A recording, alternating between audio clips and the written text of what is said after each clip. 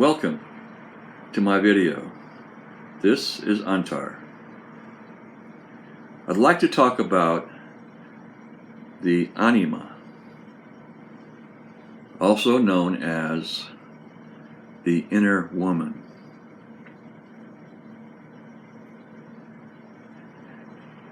Inside all men, there is the Anima, an inner woman, a vision of the perfect woman. And she is intelligent and beautiful and wise and funny and divine. She has a perfect body according to the individual male. She has a beautiful face. She is your Ishta Devata. That's a Sanskrit word for your preferred form of the infinite, of the Godhead, of existence. She's the perfect woman. And every man is madly in love with her. He's madly in love with his Anima. And we men, we go around and we project her on real women. And if we find a woman that reminds us enough of our Anima, and she cooperates, we get together. We may become lovers or partners or a married couple or whatever the form. Now, the Anima is built up of a few things. The Anima originates in the male child as the child's perception of the mother. All babies, when they're born, their brains are not fully developed. There's no room in the uterus for that, and there isn't any room in the cranium. If the cranium got any bigger, it would be very difficult to come out of the birth canal. So the brain develops during the life of the child. And when the child makes psychological adaptations to the situation, the brain even changes shape. It's very interesting. And studies show that actually the brain is not fully mature until the person is in their early 20s. So there's even in their late teens and early 20s, there's an enzyme in the brain of young people that makes them want to please older people. And when that's gone, then the brain is complete.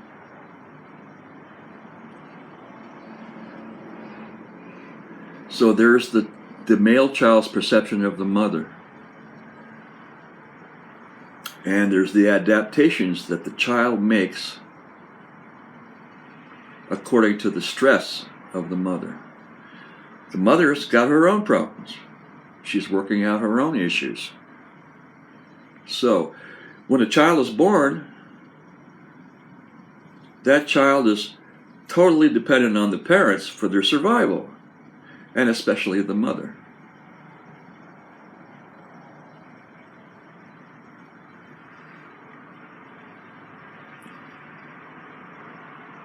So, the child makes adaptations to work around the stress of the mother so the child can get what the child believes is his survival. And these are also the origins of personality, because if you become very cheerful in order to get your mother to feed you, or you become really malingering and pretending to be sick, or any other host of adaptations, that becomes part of your experience with the mother. The perception of the mother in the male child is a big, big component of the Anima. of the inner woman.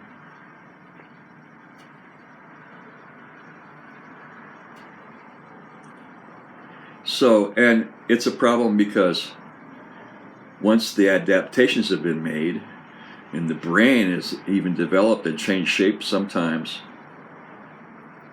you can't get out of that adaptations. You can't get out of those adaptations in adult life, and they can be a real problem.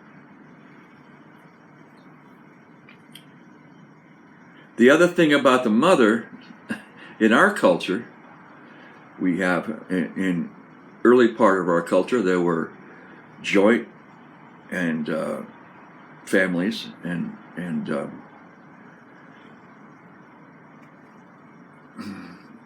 big families that after World War II became nuclear families. You're supposed to only have a man and a woman and 2.5 children, whatever, you know. In our culture, the male child becomes obsessed with the mother. And the thing about the mother, you only have one mother. And that's not the actuality in adult life with women. Women are many, yeah? Women exist as many, not just one. And if you're in relationships, you may have a few or even several relationships that are all pretty good during the course of your adult life. So now there's some other problems. If a male finds a woman that reminds him enough of his Anima, and it might be her eyes or her nose or something about the shape of her hair or something. She might be a person that's, in the perception of the male, is a very vague person. Like the cover of a model on the cover of Vogue magazine or something. And very flat planes in the face, and of course the makeup and the photoshopping try to make it more plain. It becomes like a canvas that the male can project his Anima on. Or you could say a movie screen project his Anima on. So, you know, so far so good. But, okay, the first really big issue is the woman is not your Anima. She's a real woman. And she has her own problems, like your mother did. And she's dealing with her own issues. And she's dealing with her own inner man, which I'll talk about later in this video. So, the male tends to put her on a pedestal at first until he feels like he's won her. And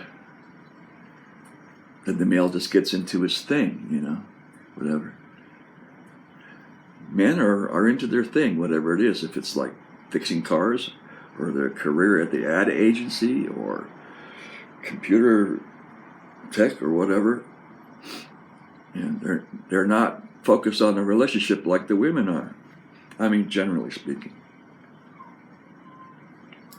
So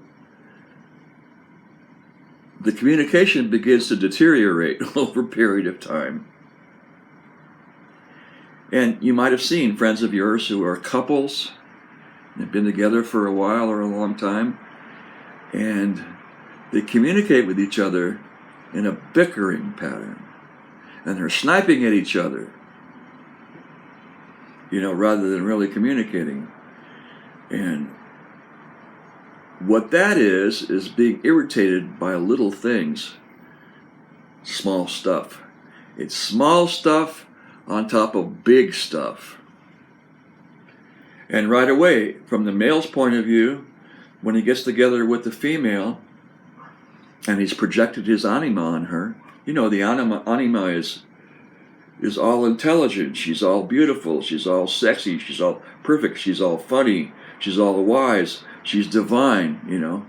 The woman can't live up to that. What woman could live up to that? What man could live up to that?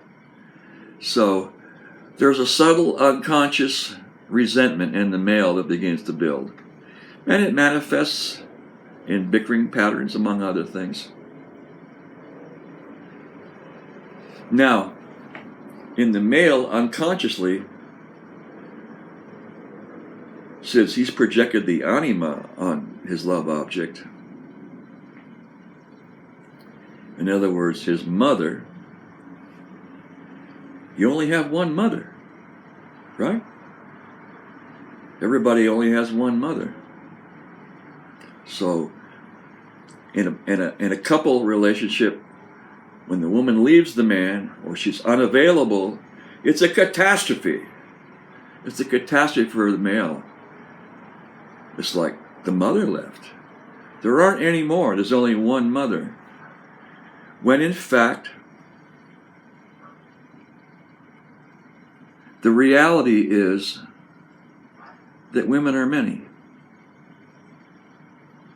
And in fact, you can have many different kinds of relationships with many women or few women.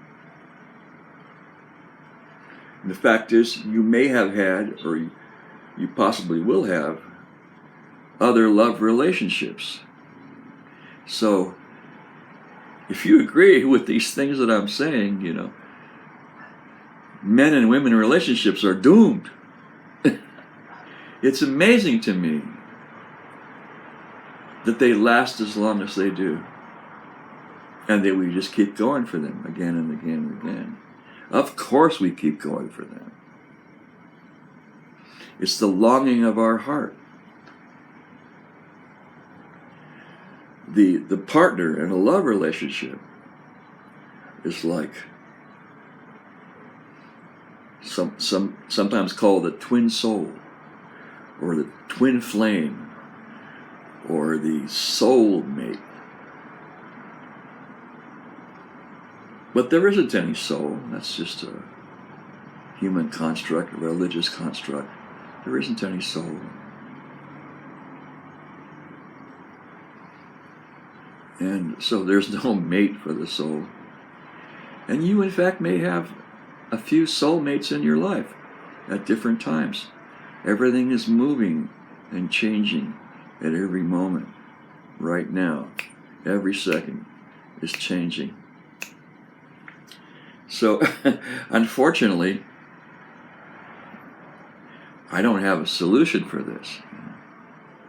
If I had a solution for this, I wouldn't be some old guy making videos on YouTube and Facebook. I'd be one of the richest therapists in the world. I'm not a therapist. I'm just an old guy. I'm just an old musician. I don't have a solution to this. If there was a solution for it, and I knew it, I would do it. So if you want to do some counseling with your partner, couples counseling, marriage counseling, divorce counseling, which is weird because it implies that marriage is the natural state of things or something. If you feel attracted to it, go for it. But it's not going to change the reality. It might help you to feel better. It might help you to feel better about yourself. It might work as a palliative. Palliative is something that, like taking meds for a condition temporarily, and it helps you to cope with the situation. But it's not going to change anything. Only death will change that situation. Or perhaps a better world in the future where children are raised in a situation where they have a lot of adult role models, and of course they have one mother, but they may have several older females that perform different aspects of the mother role. So anyway, just, the heart wants what the heart wants. So just go for it. Just do your best. Just do the best you can, I'm trying to make my life work before I die. Anyway, thanks for listening. I hope you enjoyed this. Ciao.